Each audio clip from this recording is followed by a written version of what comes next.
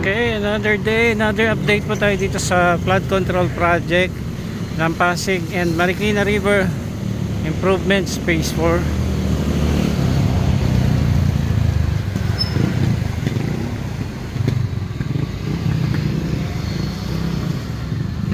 Dito po tayo sa may F Manalo Bridge.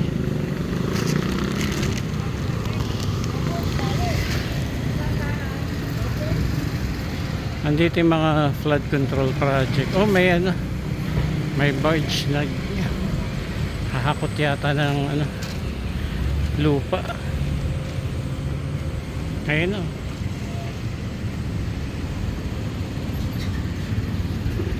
Bago tayo pumunta doon, ito kuhanan muna natin dito. So ito na yung preparation nila ng river wall o mga retaining wall dito sa kahabaan ng ilog ng Marikina.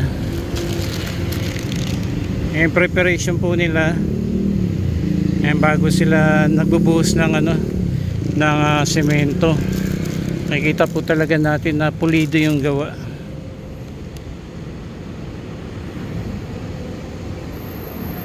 Parang kailan lamang nagpe-prepare pa sila, tapos sa dulo may nakikita na tayong natatapos nila na medyo mahaba na.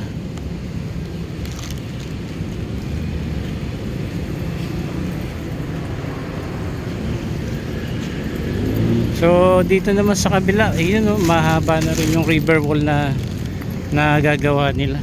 Isumpa natin. Ayan. Tapos na tsempohan natin ngayon, nagtatanggal na ng mga ano, mga lupa. Yung pinaka edge doon sa may ano, yung pinaka pundasyon ng ano, nitong river wall, yung pinaka hangganan, malapit na sa parang pinaka walkway ano.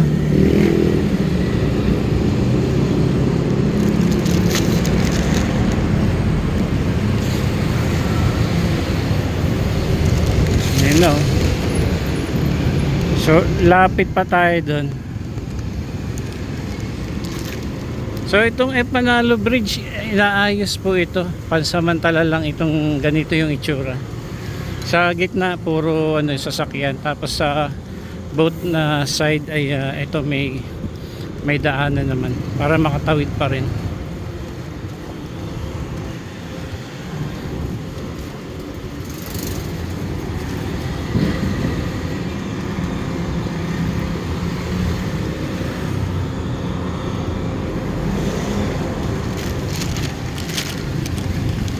Ayun o, yun yung mga lupa, mga burak.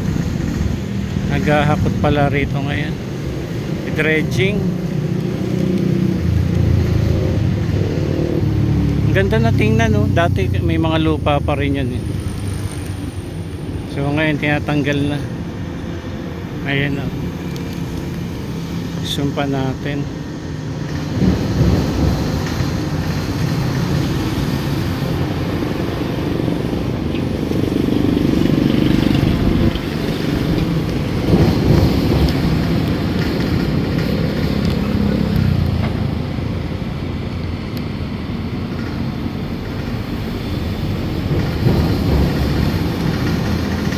So isa sa talaga sa operation na ginagawa nila ng mga dredging operation, nakakatulong din yan na malaki para lumalim yung ilog, tanggal yung mga lupa, burak, sediments, para makaya niya yung ano, volume ng ano, ng tubig, especially pag may bagyo.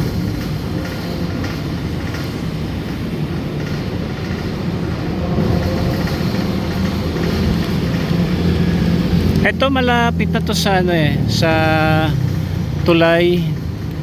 Ito yung tulay oh. Yung sa baba. Ayan, inaayos na. Pero mahaba-haba na rin itong nagagawa nila, oh. Saka doon hanggang sa dulo may mga flood control project na ginagawa doon. Kaya lang hindi pa natin alam kung paano pumunta ron. Susum ko, ayan. Ayan. Alamin natin kung paano makapunta dyan. Alam ko may bangka dyan, tawiran eh.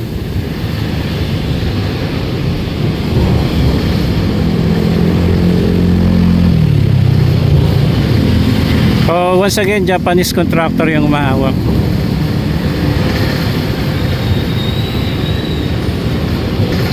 Ayan o, so nakaka-amaze lang kasi pulido yung gawa. Hindi katulad ng ibang project na pag dumating yung bagyo ay sira na. Minsan ay wala pang isang taon na natatapos ay nasisira na. Pero ito matibay, oh. Kita nyo naman, oh. Kumbaga heavy duty.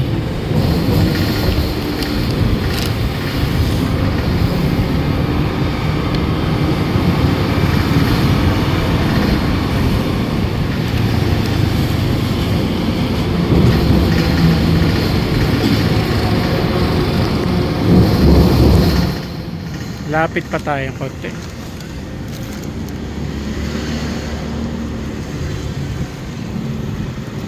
So sa kabila may flood control project din, ano. Actually dito ngayon parang mas marami nang nagagawa sa area nito.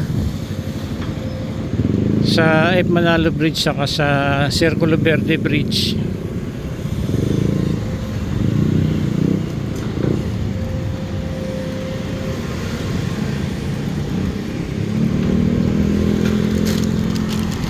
Andito muna tayo. Ayan.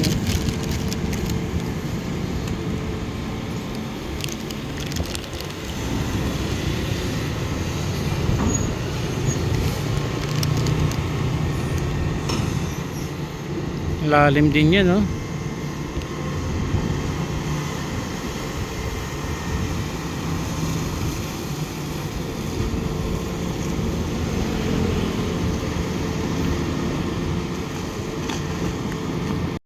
Ayan guys, lumipat tayo dito sa kabilang side nitong tulay ng F. Manalo Bridge. At ito na po yung progress na kanilang ginagawa rito. Sa ngayon wala na yung mga workers, pero sa may kabila ay meron pang nag-work doon. Pero dito, ito na po yung project, oh. Konti na lang pala yung kanilang ayusin dito malapit sa tulay.